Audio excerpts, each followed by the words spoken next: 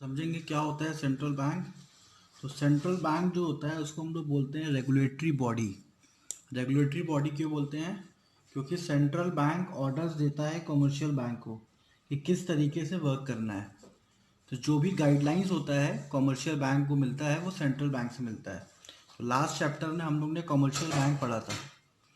तो जैसे कि कमर्शियल बैंक की जब हम लोग बात करते हैं तो कमर्शियल बैंक आपको दो टाइप के मिलते हैं मार्केट में।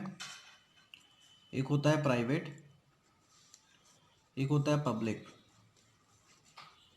तो प्राइवेट बैंक में कौन कौन सा आ गया? जैसे एक्सिस बैंक आ गया, ठीक है, और उसके बाद आईसीआईसीआई आ गया, उसके बाद एचडीएफसी आ गया। तो ये सब हमारे प्राइवेट कमर्शियल बैंक हैं। तो कमर्शियल बैंक ओपन क्यों किया जाता है? ताकि वो जो लोग भी ओपन करते हैं वो पैसा कमा सकें, ठीक है। तो वो कमर्शियल बैंक से पैसा कमाते हैं। और पब्लिक बैंक भी जो होता है वो भी पैसा कमाता है। उसमें क्या आ गया? एसबीआई आ गया, पीएनबी आ गया, ठीक है, Punjab national bank, state bank of India, ये सब आ गया। तो कॉन्सेप्ट यहाँ पे ये है कि इनको ऑर्डर्स कौन देता है, मतलब ये अपने से वर्क करते हैं कि इनको कोई ऑर्डर देता है। तो आपको ये समझना पड़ेगा कि इसमें पब्लिक का पैसा लगता है। मतलब जो भी पब्लिक है, जनरल पब्लिक, वो जाके अपना अकाउंट खुलवाती है कमर्शियल बैंक में। तो कमर्शियल बैंक में जब पब्लिक अपना पैसा लगाती है तो ये डर होता है कि जो बैंक्स हैं वो गायब ना हो जाएं, चाहे प्राइवेट हो चाहे पब्लिक हो सकता है पब्लिक बैंक में ज़्यादा लोन बांट दिया तो उसकी वजह से कमर्शियल बैंक बंद हो सकता है, ठीक है। तो ये सब चीज़ें ना हो इसलिए एक अथॉरिटी बनाई गई है जिसको हम बोलते हैं सेंट्रल बैंक। तो सेंट्रल बैंक एक ऐसी अथॉरिटी है जो इनको मैनेज करती है, सारे बैंक्स को, चाहे वो गवर्नमेंट के हों चाहे वो प्राइवेट हों। तो ये कॉन्सेप्ट को आपको इसमें याद रखना है कि जो सेंट्रल बैंक है वो दोनों ही बैंक को मैनेज करता है, चाहे वो गवर्नमेंट की बैंक हो चाहे प्राइवेट बैंक हो। क्यों? क्योंकि यही सेंट्रल बैंक लाइसेंस प्रोवाइड करता है। मतलब अगर आपको बैंक ओपन करने का मन है तो अपने मन से आप नहीं खोल सकते, आपको जाना पड़ेगा पहले किसके पास? सेंट्रल बैंक के पास। उनकी फॉर्मेलिटीज़ पूरी करनी पड़ेंगी, उसके बाद आपको लाइसेंस मिलेगा, फिर बैंक ओपन होगा, ठीक है। और उसके बाद भी आप अपने मन से कुछ भी यहाँ पे नहीं कर सकते। आपको इंटरेस्ट रेट बढ़ाना है, घटाना है, तो सारा काम आपको सेंट्रल बैंक गाइड करेगा, उस हिसाब से आप करेंगे। सेंट्रल बैंक ने बोल दिया कि आपको इस सेक्टर को लोन नहीं देना है तो आप इस सेक्टर को लोन नहीं देंगे। सेंट्रल बैंक ने बोला कि इंटरेस्ट रेट कम कर दीजिए तो आपको इंटरेस्ट रेट कम करना पड़ेगा। मतलब सेंट्रल बैंक ही सारे बैंक्स को अथॉरिटी देता है। इसीलिए सेंट्रल बैंक को हम लोग एपेक्स बैंक कहते हैं, एपेक्स इंस्टीट्यूशन, ठीक है। तो क्या जनरल पब्लिक इसमें जा सकता है? नहीं, जनरल पब्लिक इस बैंक में नहीं जा सकता। ये सेंट्रल बैंक जो होता है ये बैंकर्स का बैंक होता है, मतलब ये इनका बैंक होता है, मतलब बैंकर्स का बैंक। अब बैंकर्स को कुछ ज़रूरत पड़ेगा तब वो जाएगा। जनरल पब्लिक जो है, जनरल पब्लिक केवल जा सकता है कहाँ पे? इन बैंकों में, चाहे पब्लिक या प्राइवेट में। जनरल पब्लिक को पैसा सेव करना है तो यहाँ पे जाके पैसा सेव कर सकता है। लोन लेना है जब भी जाके कमर्शियल बैंक से लोन ले सकता है, ठीक है। पैसा सेव करना, कमर्शियल बैंक से लोन लेने का काम जनरल पब्लिक का है, मतलब हम लोग हो गए।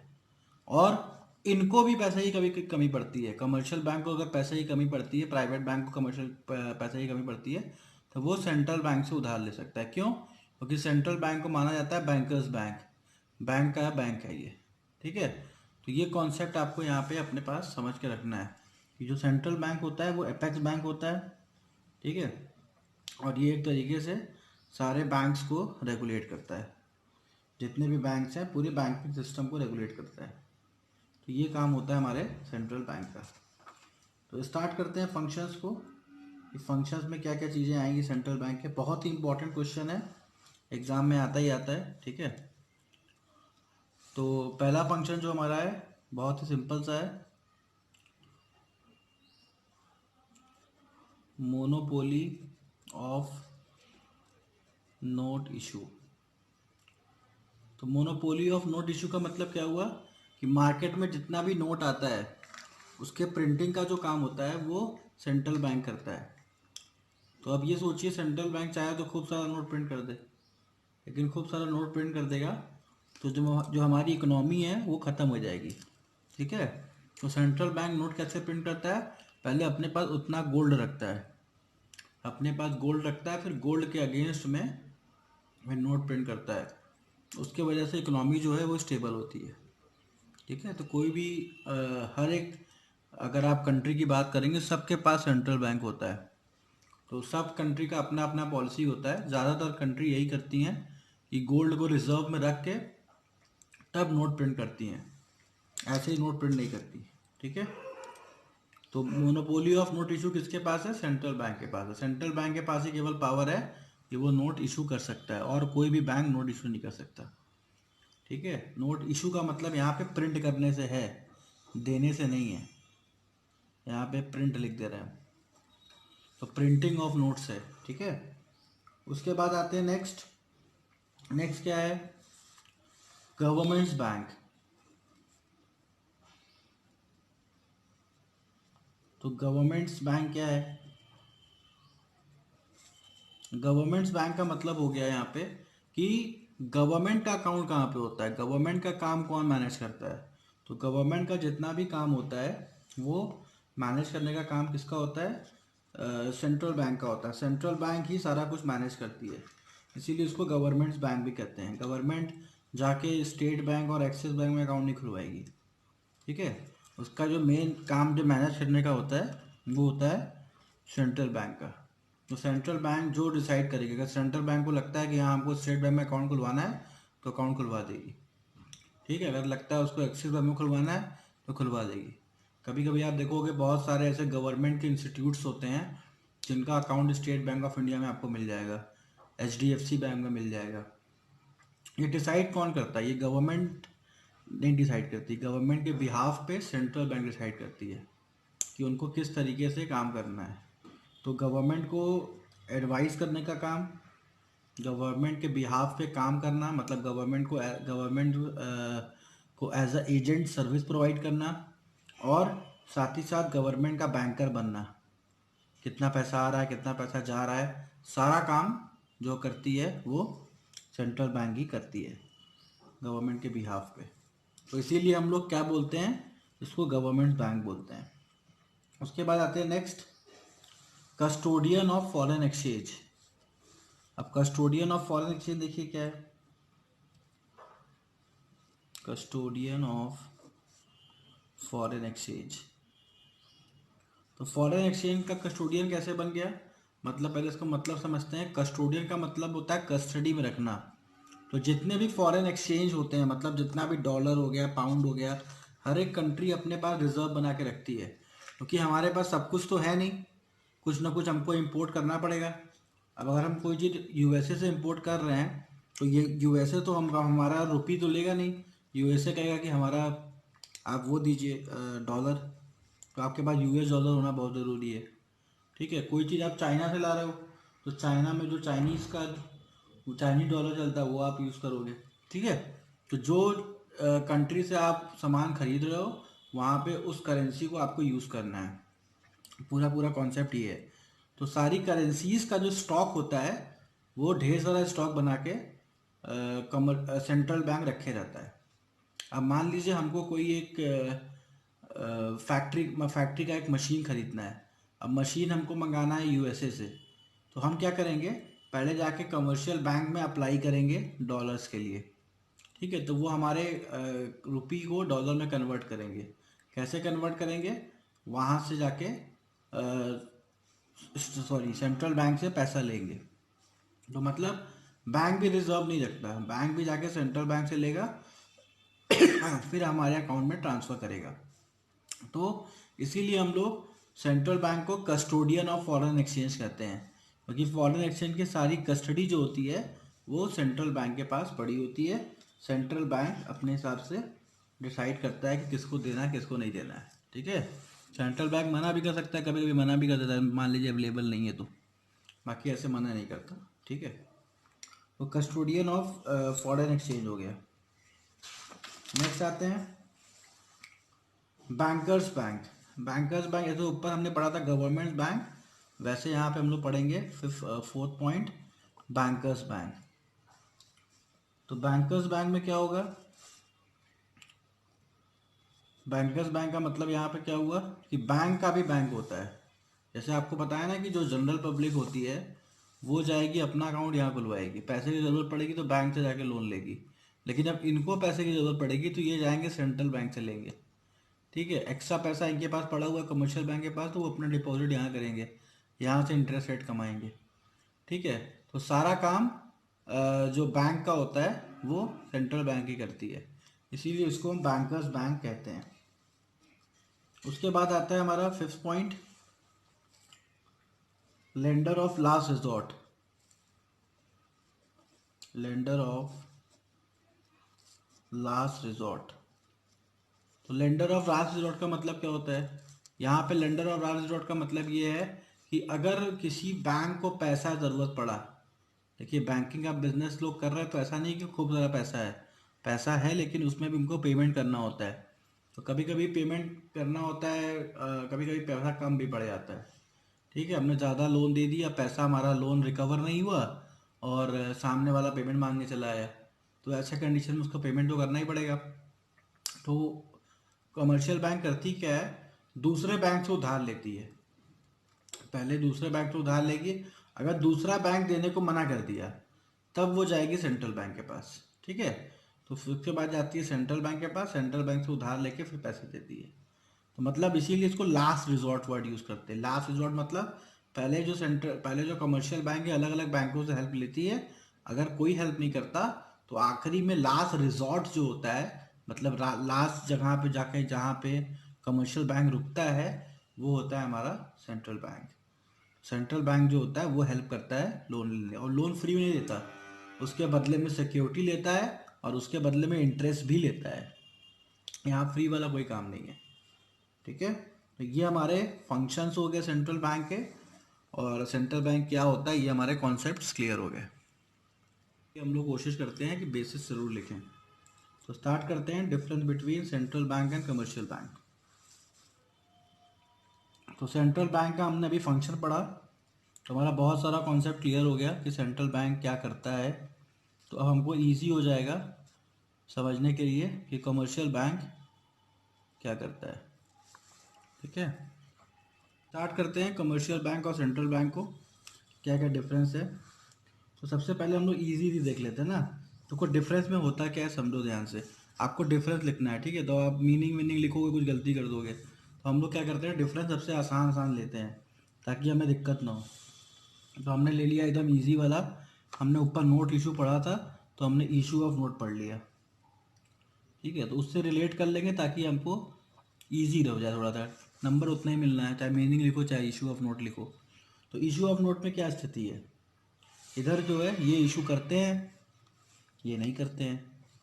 ठीक है, तो आप ये भी लिख सकते हो they do not issue note but they issue cheque, ये चेक लिख भी सकते हैं बट ओनली चेक, मतलब चेक इशू करने का काम ये करता है। और अगर आप चेक इशू करने का काम नहीं भी लिखते, खाली ये लिख देंगे डज नॉट इशू नोट, तब भी आपको मार्क्स मिल जाएगा। ठीक है, क्योंकि इशू नोट आपका बेसिस है। उसके बाद आते हैं नेक्स्ट,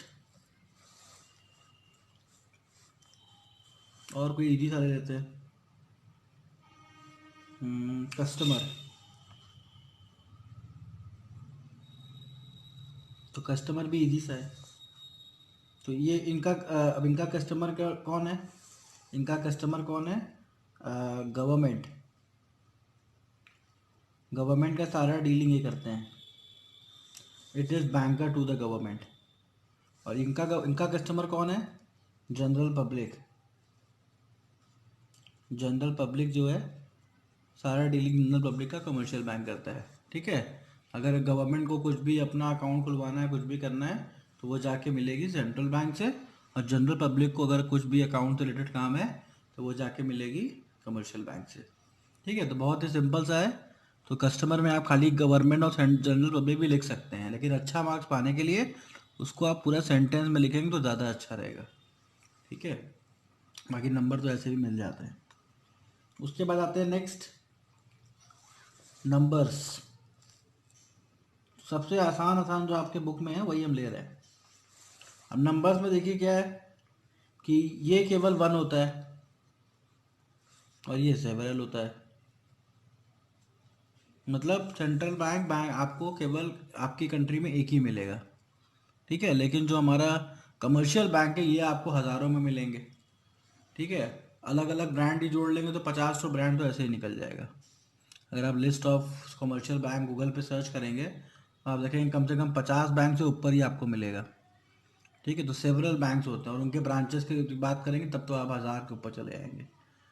तो हमको अगर देखा जाए तो बहुत सारे कमर्शियल बैंक हमारे इंडिया में हैं, लेकिन सेंट्रल बैंक केवल एक ही है, वही ऑर्डर करता है, बाकी सब फॉलो करते हैं, ठीक है। अब आते हैं फॉरेन एक्सचेंज। ये बड़ा अच्छा चीज़ है फॉरेन एक्सचेंज। आप ऊपर तो समझ ही गए हैं, लेकिन यहाँ पे एक चीज़ और आपको समझना जरूरी है।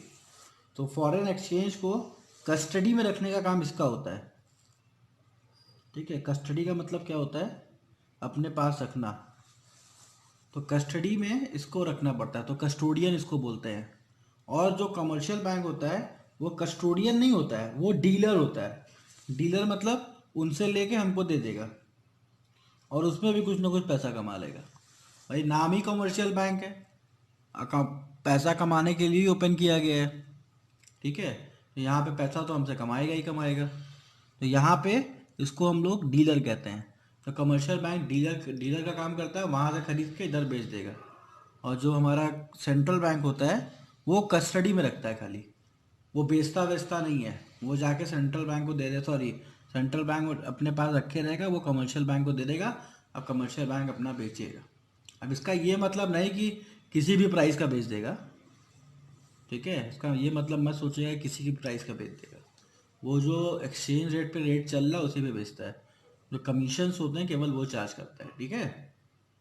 मान लीजिए आप डॉलर लेने गए, अब डॉलर का एक्सचेंज पे रेट चल रहा है 80 रुपये, तो आप 80 रुपये दोगे तो $1 आपको मिलेगा। और उसके बाद जो कमर्शियल बैंक है वो आपसे कुछ 0.5% या 0.2% कमीशन चार्ज करेगा ये काम करने का, ठीक है। तो ऐसा नहीं कि आपको अलग ही रेट पे दे देगा। तो जेन्युइन कमाई करते हैं ये लोग। उसके बाद आते हैं नेक्स्ट। नेक्स्ट हमारा है ओनरशिप। ओनरशिप हटा के ऑब्जेक्टिव में आ जाते हैं। ऑब्जेक्टिव ज़्यादा ईजी है। ऑब्जेक्टिव क्या है कि सेंट्रल बैंक जो होता है ये नॉट फॉर प्रॉफिट होता है, मतलब नॉन प्रॉफिट ऑर्गेनाइजेशन होता है। नॉन प्रॉफिट ऑर्गेनाइजेशन फिर इंस्टीट्यूट जो भी आप लिख लें। और ये जो होता है ये हमारा प्रॉफिट मेकिंग होता है। इसको नाम ही पता चल रहा है, अब कमर्शियल कमर्शियल वर्ड ही बोल रहा है कि भाई हम पैसा कमाने के लिए आए हैं। स्टेट बैंक ऑफ इंडिया सरकारी है तो लोग सोचते हैं पैसा नहीं कमाएगा। लोन जाके लेके देखो, आपसे इंटरेस्ट ज़रूर लेगा, ठीक है। तो ये सब अपने दिमाग से निकाल दीजिएगा। सारी सरकारी चीज़ फ्री होती है, सारी सरकारी चीज़ फ्री नहीं होती। अब सरकारी बस में बैठेंगे तो वो कमर्शियल मोटिव के लिए बनाया गया है, सरकारी ट्रांसपोर्ट, वो आपसे पैसे लेगा। हाँ ये है कि आपसे एकदम अनलिमिटेड पैसा नहीं ले लेगा, ये आपको लगे कि हाँ हमको ठग लिया, ठीक है। जब भी पैसा लेगा आपसे लिमिटेड पैसा ही लेगा ताकि आपको नुकसान ना हो, ठीक है। तो ये सब चीज़ गवर्नमेंट ध्यान देती है। गवर्नमेंट ये ध्यान दे कि एक बार अगर आप प्राइवेट बैंक में चले जाओगे हो सकता है आपको 0.5% इंटरेस्ट महंगा मिल जाए, लेकिन अगर आप पब्लिक बैंक से लोगे, गवर्नमेंट बैंक से लोगे तो वो आपको 5% प्राइवेट से कम ही देता है। लेकिन आजकल कंपटीशन इतना ज़्यादा हो गया है कि प्राइवेट कहता है नहीं हम ही कम देंगे, हमसे लोन ले जाओ, ठीक है। तो ये सब पहले के टाइम में था कि जो कमर्शियल बैंक हुआ करता था थोड़ा सा ज़्यादा, क्योंकि एक लिमिट डिसाइड होता है ना कि उससे ज़्यादा नहीं कर सकता। सेंट्रल बैंक लिमिट डिसाइड कर देता है कि आपको 6% से लेके 7% के बीच में देना है। तो जितने भी हमारे ये सब होते हैं पब्लिक सेक्टर मतलब गवर्नमेंट वाले, वो 6% रख देते हैं, और जितने प्राइवेट वाले हैं 6.5 रख देते हैं ताकि हम ज़्यादा कमाएंगे। तो अब क्या सिचुएशन हो गई है, अब बड़ा नुकसान हो रहा है, तो वो क्या करते हैं अब दोनों ही 6-6 रख के चलते हैं। तो ये सब उनको एक रेंज दे दिया जाता है, उस रेंज के अंदर ही उनको फ्लक्चुएशंस करने होते हैं, उससे ज़्यादा वो नहीं कर सकते। दोनों लोग को एक ही रेंज देते हैं, सेंट्रल बैंक को भी, commercial bank sorry private bank को भी और गवर्नमेंट बैंक को भी। तो क्योंकि सबके लिए जो रूल है सबके लिए सामान्य है, रूल में कोई फ़र्क नहीं है। तो ये हो गए हमारे 5 पॉइंट सेंट्रल बैंक और कमर्शियल बैंक के। नॉर्मली तो 2 ही मार्क का डिफरेंस आता है, लेकिन इसके क्वेश्चंस आपके 5 मार्क्स के एग्जाम में कई बार देखे गए हैं, तो उसको आप लोग 5 मार्क्स में लर्न करिए, जितना भी डिफरेंस है सब 5 मार्क्स में लर्न करिए। 2 मार्क्स का आ गया तो अच्छा ही है।